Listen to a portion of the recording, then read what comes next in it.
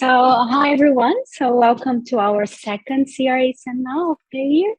So, for those who don't know me, my name is Juliana Oliveira. I'm a postdoc, research fellow at the IMH, and I will be chairing the session today. But before we begin, I would like to acknowledge that I'm hosting this meeting from the lands of the Gadigal people of the Eora Nation, the traditional custodians of this land. I pay my respects to elders past, present, and emerging, and I recognize and celebrate the diversity of Aboriginal people and their ongoing cultures and connections to the lands and waters of New South Wales. So our speaker today is Michael Noetel. Michael is a senior lecturer at the Australian Catholic University. His research has focused on improving online interventions so they better change behavior, usually physical activity interventions, and testing whether those interventions change behavior at scale. He is responsible for the online interventions for 8 randomized trials. He has also published 3 systematic reviews on the #1 journal for education about how to create clear, motivating, and engaging online learning. So today, Michael will present about how to change behavior at scale with online education interventions. So I'll hand over to you, Michael. You're going to stop sharing my screen. Thanks, Juliana. And I will hopefully quickly manage to switch over to my slides. And thank you everybody for inviting me along today. I feel like I'm talking to the people who have already got a lot of this stuff figured out. But I will hopefully try to give you some new ideas, some new strategies, some new evidence, and some new models for helping you do your work more effectively when you're trying to scale things up, especially when you're using online educational interventions. So if you as a team are trying to reduce, falls and disability from falls, a lot of the time that involves trying to, change the behavior of the carers, people looking or supporting, or health professionals working with people who are likely to have falls, or with the people themselves. And in both of those, you're often trying to do interventions that will sort of knock the dominoes down that eventually mean that someone's less likely to fall over. That's a really bad metaphor. I probably should have thought of a better one. But you know what I mean? Like, we will often be designing an intervention that trains some health professionals. The health professionals are better when they're working with the patients, and then the patients are better prepared so that they don't end up falling over and hurting themselves. And I guess what we're trying to do today is, if you're using any kind of online interventions, I want to try to help you to do those more effectively, slightly more effectively. And that could include, using videos to try to scale things up. It could be workshops like this that you're running with health professionals. It could be formal online learning environments where people are going through and getting certificates at the end. And any sort of environment, we want to create a stimulating motivational climate so people want to do it. I'm sure that you, in your various roles, have had to do training, online training. It's part of your roles. We have to do 2 different bullying trainings every year at my university. I feel kind of bullied by the bullying training sometimes because they're not the most stimulating motivational environment. And yet as researchers, we often don't have quite as much control as my university does of whether or not I do this training. And we want more engagement for our intervention so that we actually get behavior change rather than, getting people just ticking the boxes and trying to get the quizzes as quickly as possible. So I hope to give you a few new models about how to do that effectively. And I'm hopefully also going to give you a little bit of practice at implementing those models for reasons that will become pretty clear. So I'm going to start with a model that you're probably all familiar with to try to put this in the language that you guys might be more used to. And so you're probably aware of the COM-B model, which is a pretty simple psychological model about changing behavior, that people are more likely to change their behavior, like they're more likely to exercise if they feel capable, if they think they have the opportunity, and they have the motivation. And then often the behavior will take care of itself. We can't really force people to do stuff, but we can increase their capability, their opportunity, and their motivation. And then people are much more likely to do that behavior. And most of our interventions in one way or another are trying to target one of those three factors. We might be providing, education about new skills so that patients can exercise on their own. We might be trying to help them see how they can overcome some of their barriers. Or we might just be trying to inspire them to increase their motivation. And the same model could apply to health professionals. We might be trying to build their skills. We might be trying to reduce their professional barriers, or make them more motivated to follow the best practice guidelines that we're trying to promote, for example. So I'm going to give you a case example of where we tried to improve these three things and where it went wrong, and how we used online educational approaches and some of the evidence-based strategies to help it go better. So the case that was mentioned in the introduction was where we tried to scale a teacher professional learning training. So we tried to improve teacher skills in running physical activity. It worked really well when we did it face-to-face in an 8-school randomized trial. And so we got funding to try to deliver it straight up to 100 schools, okay? And we thought the best way to do that was to do a train the trainer approach. We started this in like 2015. And so we got the people who trained the original 8 schools to train a whole group, like a group of really experienced PE teachers. And those trainers would then go out into those 100 schools and teach all of them, the physical activity promotion stuff that we wanted them to teach. And so we did a pilot with the school next door to our campus with our best mentor who'd been teaching PE for 35 years. He helped build the original program, so he's really involved in the program, and it was an absolute disaster. There was no capability improved. There was no opportunities removed. Like, he went way off script. I don't think anyone found it particularly motivating. And we were really confused by this because we sort of thought we had our best person trying to deliver it. But as soon as it stopped coming from us, from sort of the horse's mouth, one of a better metaphor again, it just became so much higher variance, right? Like, it just became really hard to keep people on track and keep it high quality. So what we did with iPlay was try to use online interventions to increase the scale of what we were doing while also maintaining the fidelity, right? So the orange box here is the most faithful approach because that's like the academic going to the school themselves, but you can't do that for all of your interventions, not if you want to scale them up. So just one case example of how we did this with iPlay is we still had some workshops with the same PE teachers that we talked about. But we supported that with the majority of the learning came online. And so, it's like a 5-to-1 ratio as far as online learning went. And not only was there a lot of online learning, but the online learning also supported the workshop so that the mentors couldn't quite go so off the rails. Like, they would use the online learning platform for their workshops to play videos of us speaking so that they were getting the core ideas from us and there was clear structure to the workshop. And it allowed us to see that things were being implemented faithfully because we could see the mentors' progression at each school. And that freed the mentors up to be able to do more of what they wanted to do, which was, providing feedback to individual teachers about how their practice could be improved. And as was mentioned in the introduction, this approach worked really well. We got it published in JAMA Pediatrics.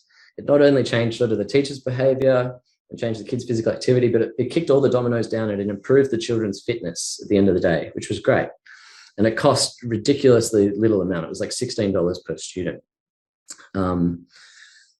And we managed to scale it up and maintain most of those intervention effects.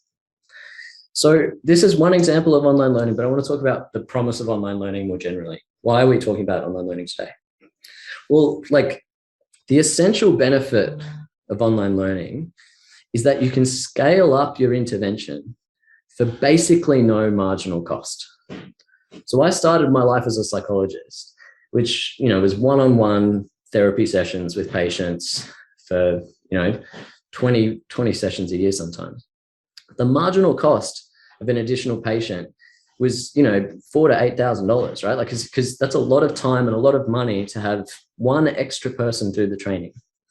But for, there's a online psychotherapy program out of Sydney Uni called This Way Up. For them to have one extra patient costs them nothing. Like there's a big upfront cost in building the online intervention. But as far as scaling things up, there's very little cost in adding additional participants or professionals.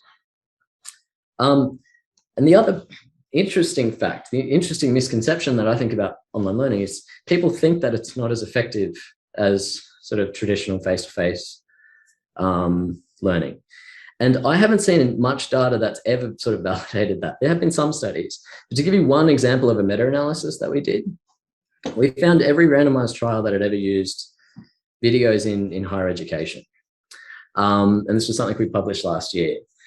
Academics are better on YouTube.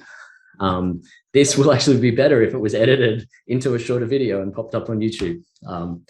That's probably not a good ad for my own performance, but here's the results of the meta-analysis. We found 83 randomized controlled trials.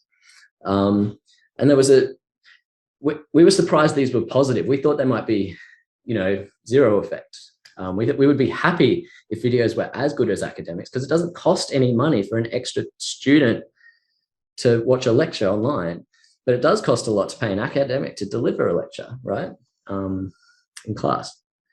But what was also really interesting, so they were even better than classes, and they were really good for learning skills. Videos were better than classes, the average class, for learning skills. And a lot of the time when we're doing research, we are trying to not just give people knowledge, we are trying to give them skills. Because often when we give people skills, it builds their sense of competence, but that, also leads to a higher sense of motivation. It also leads to reduced barriers. Like if you're more skillful, then your opportunity is higher because you're more able to overcome the barriers in front of you. So today, what we're going to focus on is how you can best improve these three through online learning. How can you best improve capability, opportunity, and motivation? Because we know that will change people's behavior at the end of the day. So I'm just going to use one really obvious other mental model that I'm sure you're familiar with, but it sort of underlies everything that I do. And I find it sort of useful and humbling when I'm trying to teach you guys how to maybe suck eggs, is the evidence-based framework, right? Evidence-based decision-making. So you are the expert in your domain and the interventions that you're doing. And a lot of the time I know you as a team will try to use stakeholder values and preferences to try to co-create your interventions, which is great. And really mostly what I can bring today is the research about what would work, what generally works best when trying to use online learning to address capabilities, opportunities, and motivation. And so, I mean, really what works best is an intersection of these three. So, when I'm talking generally, there's always going to be exceptions. There's always going to be times where some of the suggestions I'm saying don't apply because the stakeholders wouldn't like it or it doesn't fit with your model as an expert about what works for what you're trying to teach. So, always take what I'm saying with a grain of salt, but I still hope it's helpful. But if we talk about this research bubble, you all know that there's the hierarchy of scientific evidence, which we often use when we're just like choosing what interventions to deliver. But I, for a long time, didn't use it when I chose like how to teach or how to create an online intervention. But the same hierarchy applies. Like you can try to fill your research bubble with a whole lot of case studies like iPlay, but I don't want you to do that. I don't want you to just steal iPlay. That's really bad evidence to just sort of steal what we've done. Instead, I want you to fill your bubble of like research knowledge when you're designing online educational interventions with as many systematic reviews as you can, okay? Because you're going to get much more, reliable, faithful interventions. In the same way, if you're trying to pick which intervention to reduce falls injuries, you would use systematic reviews to generally determine that too. So rather than just using reviews to determine what intervention to deliver, hopefully today you'll get more systematic reviews about how to deliver those interventions as well. So something we've made, which I hope you'll find useful, and you can sort of hopefully leverage this more after today. We designed this for higher education, but I think it's equally applicable for online education for professional learning or for online education that's as part of research that's around behavior change. Because what this is a list of 26 strategies that have had meta-analyses assessing their effectiveness, There's probably 50 or 60 meta-analyses sort of underlying it, because some strategies have been assessed in like 4 or 5 or 6 meta-analyses. And then they've been ranked by the effect size. But we've also rated the quality of the evidence using the grade framework, which you might be familiar with from systematic reviews. You know, how likely it is to be applicable, what's the heterogeneity, all that sort of stuff. But today I'm just going to go through some of the top effect sizes, the things that were sort of the most effective when it came to adult learning. And then we're going to try to apply it to like an online behavior change intervention example. Okay. So some of the key findings, again, some of them might be familiar to you, but we're going to practice applying them because I think they don't get applied as often as we would have liked, is to let people practice the skills that we want them to eventually adopt in as realistic a setting as possible, which is why you guys as an audience are not getting out of practicing what I'm teaching you today, okay? I'm not just going to sit and do a 60-minute Zoom session, because letting you practice and giving you an opportunity for feedback is one of the most impactful educational strategies that there is. We also want to generally try to slowly make things more difficult. It's called scaffolding. Again, letting people practice and get feedback and test themselves as they go. We want to let people collaborate as groups, because doing things together helps other people fill in our own misconceptions. We get feedback. We have to explain ourselves out loud, which is really good for our learning too. We want to minimize cognitive overload. So I'm going to put a jargon alert on that one and explain it a little bit later. But basically, people have limited attention and we don't want to flood them. And if I kept talking about that, I might flood you. So I'm going to keep going. And we'll give it our focused attention when we've got time. Formative quizzes might be slightly annoying for some people in online learning, but it's really good for consolidating your learning. The effect sizes are really robust for quizzes. We also want to create what's called a psychological need supportive environment. And again, that's a jargon alert that's going to come a little bit later on. But we want to provide lots of opportunities for feedback. So what I'm going to ask you as a group to try to do is to fix a online workshop that I would say is probably typical of online workshops when I've done professional learning. I was literally in one just before this session that fit exactly this template about what we were doing, okay? So imagine your colleagues presenting a Zoom workshop for health professionals in aged care. Our one was about which forms we have to submit at ACU if we want to get research approved. And so we want the health professionals to try to reduce falls by putting more structured exercise within that setting. So it's a 1-hour Zoom workshop, 40-minute presentation covering the theory and the practice, and then 20 minutes of discussion and question and answer, okay? So my challenge to you today is to try to use this overview from that website. And so I've sort of highlighted the key bullets here. So to improve this session plan. Everyone's come back in. I'm going to keep going, but I do want to sort of show off some great ideas that were in a couple of the groups. And you can actually bounce around this document to see what some of the other groups kind of came up with, which is cool if you want to use this as a brainstorm. But one of the groups that I jumped in talked about, after giving a little bit of theory, putting people into breakout rooms like we did, but with different contexts where, if you're trying to do falls prevention, it could be home or in aged care, and each of the groups then have to apply that theory to their context, which is a really good way of getting them to sort of think more deeply and apply things.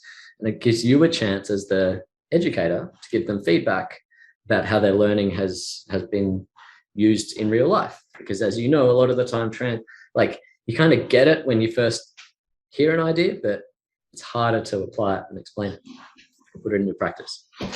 And then someone came up with a really good idea of once they've done that, they turn over a card and they get a new barrier or a new thing that's come up. And that's a nice way of scaffolding, slowly increasing the challenge rather than throwing them the hardest thing to start with. And it's also a bit of problem-based learning, right? Like you're giving them a problem and saying, okay, now this has come up in your context. How are you going to overcome this? Problem-based learning works well for developing skills, but if you have a look at the problem-based learning summary on Inspire, it doesn't actually work very well for teaching knowledge, because it sort of expects people to just sort of like walk around blindfolded for a while trying to bump into the right answer.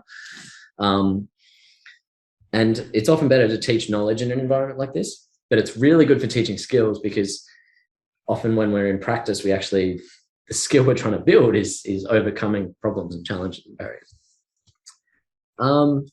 And we were also talking about the old simulated role plays. Like if we're teaching health professionals, then we're assuming those health professionals are going to have to do something with somebody at some point. You know, they're going to have to talk to a patient about everything they're learning. And that's the real learning objective of your workshop, isn't to sort of just give the health professional more knowledge. You want the health professional to be skilled enough to have a, you know, a productive conversation or a productive session with a patient. So get them to have that session, like, and it can be a little cringy and a little uncomfortable for them to sort of put on their, you know, their health professional hat and be evaluated by another professional. But if you give them a really good rationale and make it compelling, most people realize they're going to learn more and get better feedback from that than if we just kept talking for another, you know, half an hour of the session. So thank you for indulging me while I throw you guys into a slightly unorthodox workshop situation, as opposed to doing all of this just like a typical Zoom session. But I think hopefully you would have learned more from that than from me filling that 9 minutes with chat. I'm going to bounce back to the slides and talk about some of those other things that I skipped past before. So let me just skip past this bit. Okay. So I briefly mentioned and then sort of kicked the can down the road for this idea of minimizing cognitive overload. And as I said before, like the main problem here is we've got limited working memory. So I struggle to remember lots of things, names, phone numbers, things like that. Most people can't remember more than 7 digits. And the same sort of principle applies in learning. If you go do a full day workshop, there's only so many learning points you can kind of remember. There's a few problems with that. One is that we, as academics, have got this thing called the curse of knowledge, right? The fact that we know a topic so deeply actually makes us less good at explaining that topic to people who are new or people who don't understand the topic well. So like a simple analogy for this is if you're at Sydney Uni and you wanted to get to the airport by public transport, in your head, it's really like probably like 2 steps. Like you go catch a bus to Central and then you get a train from Central to the airport, right? But if you imagine when you're a tourist in a new city, like each of those 2 steps feels like 5 or 6 steps. Like if you had to figure out which bus to catch to try to get to Central Station, like it takes you quite a bit. Where is the bus stop? What bus do I need to catch? How do I pay? And this is one example where like by being an expert in something, it makes us less good at giving directions than if we were a novice. And so it makes it very easy to flood people with too much information. The other problem is, also as academics, we're used to writing. Like our primary method of communication is writing, right? We write articles and emails and things like that. But our brains are not built for writing. Our brains are built for hearing and for seeing visuals. And so we often rely too much on text rather than on slides like this, where you can communicate often more effectively just through like little graphics and my voice, okay? And then this links to things like scaffolding, where you want to make sure people have had a chance to build a sense of competence on an easy task first before trying to build them up, rather than sort of flooding them too much with too many things. So as a way of sort of modeling that, I'm going to let you learn more about cognitive load theory after the workshop if you're interested. It's a really important component of educational psychology, but it's too much for me to kind of cover combined with sort of the other stuff today. So I have a Twitter thread which summarizes a meta review, a systematic review of other systematic reviews. And I've got 5-minute videos which sort of explain each of the core principles. And then there's a 1-page summary there that you can look at afterwards. I'll make sure that the slides are in the chat here, and so you can look at them in your own time. But it's really important we also talk about a need supportive environment. And this is a really well-established psychological theory that explains the motivation chunk of COM-B really well. So we've already talked about like a competence thwarting environment. That's like one where there's cognitive overload, where you don't feel good about yourself, or like, you know, you might have had a boss in the past who's not been the most supportive in their feedback. You know, that's a competence thwarting environment that reduces your motivation to do any behavior. The same applies in learning. The next one's an autonomy thwarting environment. That's where you feel like you're pressured, you have to do the training, it doesn't align with your values, you're not really sure why you're doing it. That's a little bit like me having to do the 2 bullying trainings at the start of every year, because they don't do a good job of sort of explaining why this is important to us. If they did a better job of saying, look, everyone wants to work in an environment where you feel safe and there aren't bullies, and if there are bullies, that people know what to do, that would have made it much more interesting and compelling for us. Whereas the advertisement for this training was like, no, you just have to do this for compliance, right? That was all we were told. And then there's a relatedness thwarting environment, which is where you feel like you don't feel connected to the people training you. And, you know, some of the, you know, we're very tribal as a species, and we want the people teaching us to feel sort of like us and connected to us. And we want, you know, our teachers to feel like they understand our perspective, and then we're more likely to be engaged and listen to what people are saying. Whereas if we feel like the other people don't get us, don't understand our barriers, don't understand what it's like for us to do our jobs or live our lives, then we don't really feel very motivated to listen to what people are saying. So this is all part of self-determination theory. And the evidence for this is pretty overwhelming, but I'll pick 3 meta-analyses that are sort of related. This one's in health and exercise. Basically, this is from a structural equation model of 9,000 participants across 185 data sets. So if professionals are very good at affecting their clients' psychological needs. So your physiotherapist is a really good predictor of your, you know, sense of autonomy, competence, and motivation. And those psychological needs lead to better motivation if they're fulfilled, and your motivation gets crushed if the, you know, physio doesn't do a good job of supporting them. And then those psychological needs lead to better physical and mental health, especially when confidence is satisfied. Confidence, as you can see by these parts at the top, is like just a really important need to satisfy. Same thing applies in educational settings. Again, I'll skip through these because they're just flogging a dead horse a little bit. But the teachers affect student psychological needs. Student psychological needs lead to better motivation. And then that better motivation leads to higher engagement, lower dropout, all the things that we want from our research and our interventions. Okay. Last one is just, this is in work. Like I said, you know, you probably experienced this in your own work, that if your leader supports your psychological needs, then you're more likely to feel motivated. And then in a work environment, like if you're working with health professionals, that leads to well-being, lower distress, higher engagement, more positive work behavior. Okay. So it's a really well-established theory of motivation across like all these different domains: education, health, management. So how does this apply to us? Well, we wrote a paper that's it's a preprint, it's under review at the moment, but you can still access it here. I've got the link at the bottom, which is like what do experts say are the best ways of nurturing these psychological needs? So we got like 30 or 40 experts in self-determination theory who have all created interventions that do this. So with autonomy, we're trying to align our intervention with what people already value. Okay.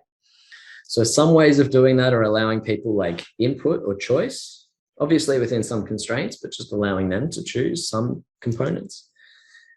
Teaching people in the ways that they prefer, like using that evidence-based practice triad. Providing rationales that connect with their values. Sometimes we provide rationales that connect with our values. You know, we want you to do this training because it's important for our, we want this outcome in the research project we're doing, rather than saying, here's what you care about, and we're going to try to help you do that better. Okay. So trying to help show that this is going to motivate your clients, or sorry, this is from an example with, if you're trying to teach people about risk assessments, then maybe this will help someone refer someone on. It's a bad example. I'll skip ahead. The next thing is we want to try to improve people's confidence so they feel like they're getting the hang of it, that they're getting better. So as we talked about, we want to provide feedback, but rather than providing feedback on the outcome of how well they did, it's often better to provide feedback on the effort or the improvement that they've made. And that's because it's just more motivating to sort of be slightly better than if we were all trying to compare ourselves to Kathy Sherrington. Then we'd all feel like we're not winning, if you know what I mean. We want to provide people the optimal level of challenge rather than providing them a challenge that's too high or too low. And try to provide really clear and specific feedback rather than, the classic, great work, good job, well done, everybody. That's not helpful. And I've already talked about praise and improvement or effort. And the last thing, and this is, I have to sort of caveat, most of these suggestions are from face-to-face. I'm going to try to help us translate it to online learning in a second. But with relatedness, we're trying to make the teacher, you want to feel like your teacher cares about you and understands you, okay? And by teacher here, I of course mean like, it could be us as academics talking to health professionals. So we can try to show unconditional positive regard. That means, showing that we care regardless of the level of like attentiveness or disruption, asking how they're going, and trying to express sort of personal warmth. Now, I don't think any of that's super easy for us to apply all the time because, as I talked about, a lot of our interventions have to be online. How do we apply this online? We still want to provide people with a connection to their values. So I tend to start with the problems that the learners really care about, and work backwards from that. What are their biggest barriers? What are their hopes? What do they care about in their jobs? Or what do clients think is most important? Like if we're trying to promote exercise as a way of reducing their risk of falls, the problem is they probably don't care most about exercise, and sometimes they're not thinking that much about falls, as an example. And so instead, it's often about trying to tap into like, what do the people I'm talking to care about most? They might care about independence, or they might care about the ability to continue to engage in family life, or they might care about living a long and healthy life.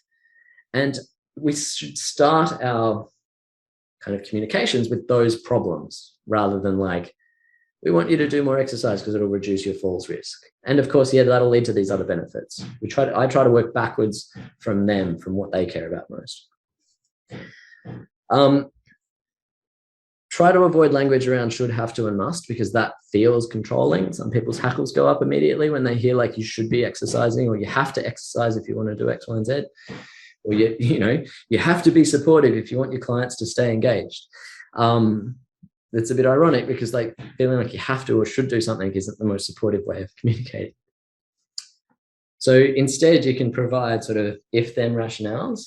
So if you're more supportive, your clients are more likely to stick with you rather than dropping out and going to the physio next door.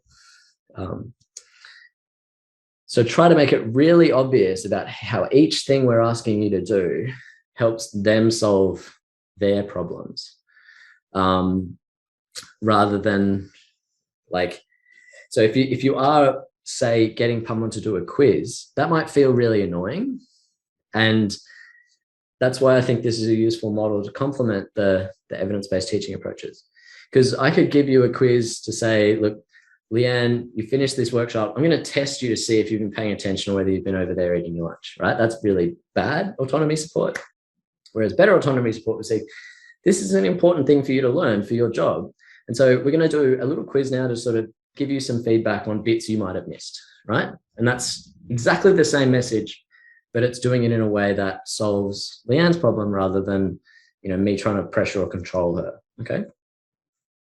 And again, if you can, try to give people flexibility or options or choices. And that's actually sometimes more helpful online.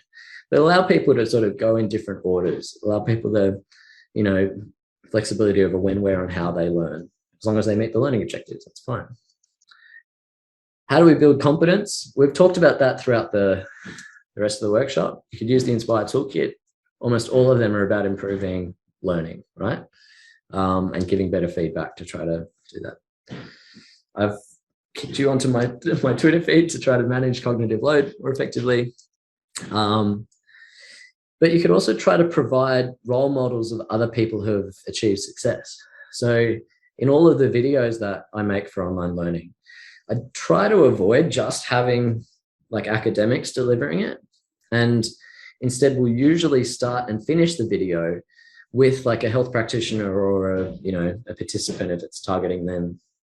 So when we were talking to teachers, or I've got a filming on Friday with some nurses, we're using nurses to teach other nurses because those are positive role models and they're more relatable. But those positive role models also build people's sense of competence, because they're like, well, if she can do it, then I can as well. And misconceptions are really important to identify, but it's important to kind of gently correct them. I used to get really excited when I was teaching lectures and students would say misconceptions that I got to correct because I knew that they were learning. But you want to try to do that without really popping their bubbles, And so one way to do that is to do it with a sense of relatedness as well, which is empathizing with their barriers and misconceptions. So if you're talking with physios and trying to get them to do something differently, it's really important early in the program to sort of say, look, we understand you've got so many patients, so much admin, there's so much on your plate, and you'll be back to back the whole day. And sometimes anything extra we ask you to do, you might end up having to do outside of work time. And that seems like a really hard barrier to overcome, right? Just feeling understood as a physio in that learning environment means I'm much more likely to listen to what you have to say next because you get me. You know what I mean? Whereas if you come down with a new checklist saying, I want you to do this new protocol, right? Off you go. Then they're going to be like, what? You don't get how hard it is for me to be doing my job.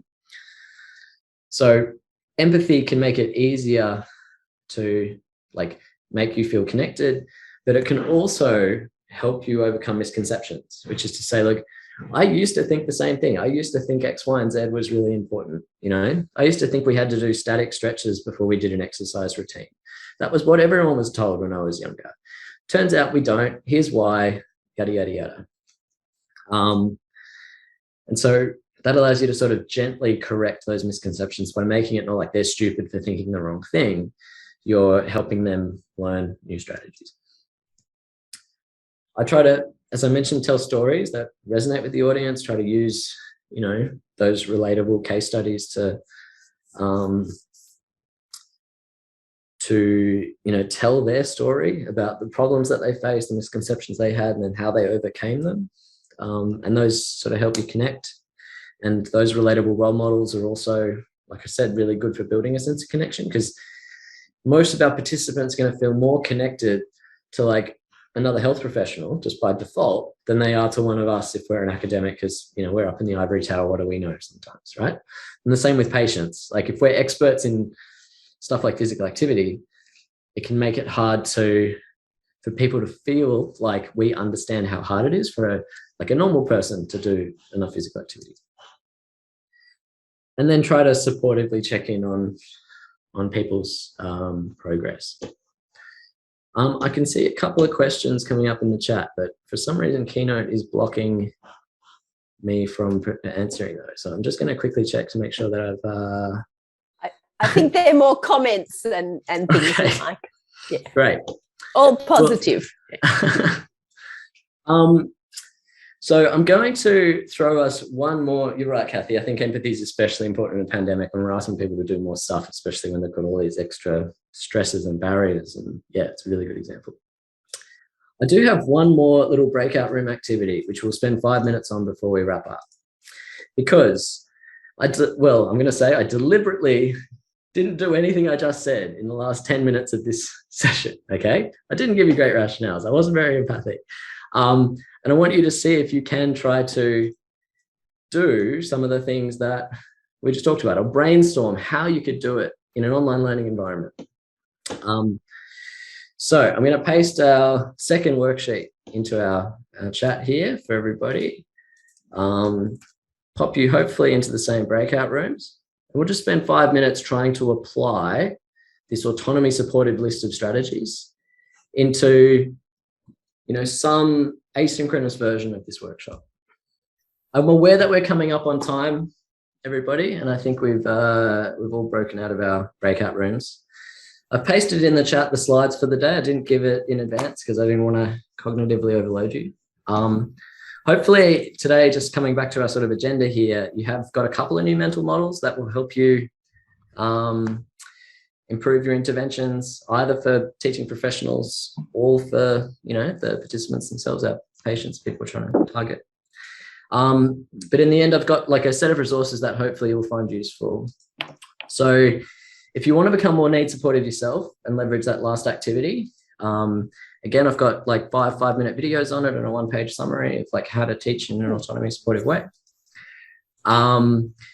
I've also got a video of how we use stories in iPlay. It's called the double denim video because I wasn't paying attention to what I was wearing that day, and I wore a, you know, denim shirt, denim pants, which is called a Canadian tuxedo, and everyone keeps showing that video, so I'm not showing it, but you can watch it in your own time. If you want to be more evidence-based in your teaching, really proud of Inspire. It's still sort of relatively beta, but have a go at it, see what you like. There's also a workshop there if you want to use that. And if you want to manage cognitive load, you've got those 3 resources I talked about.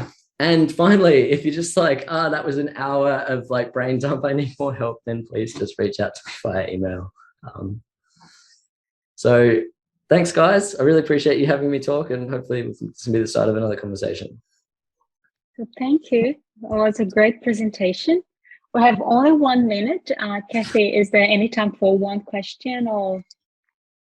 I'm happy to answer a question, but it's up to other people whether. Yeah, it's up to, yeah. Does anyone have a quick question?